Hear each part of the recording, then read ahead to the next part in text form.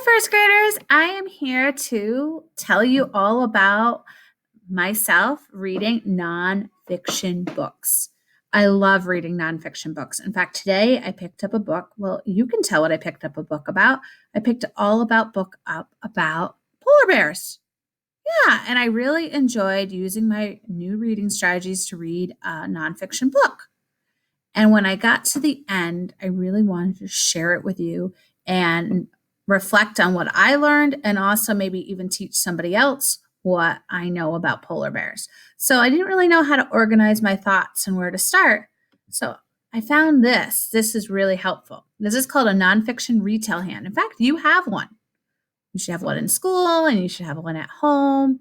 And it's really helpful. In fact, I found it really helpful when I had a Retell hand for my fiction stories, but it's a little bit different when I have to talk about a nonfiction book.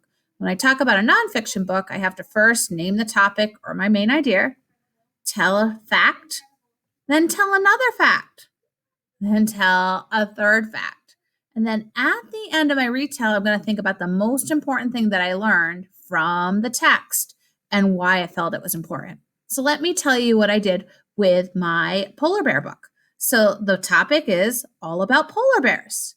One of the facts that I learned about polar bears is they're not always just called polar bears. Some people call them a sea bear. Some people call it the Arctic bear. Some people call it a white bear. Some people call it the great white bear. So they have different names. Oh, son, also ice bear.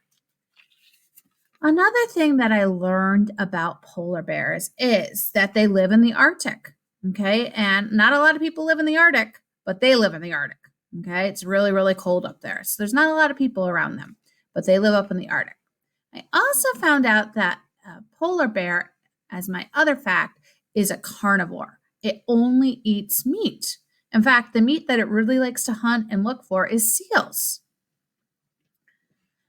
I also found out, and the most important thing that I thought in the book was that I figured out and found out that polar bears have no natural predators. That means no animal is really going to hunt a polar bear, and humans really don't like to hunt them either. Okay, so it has no natural predator.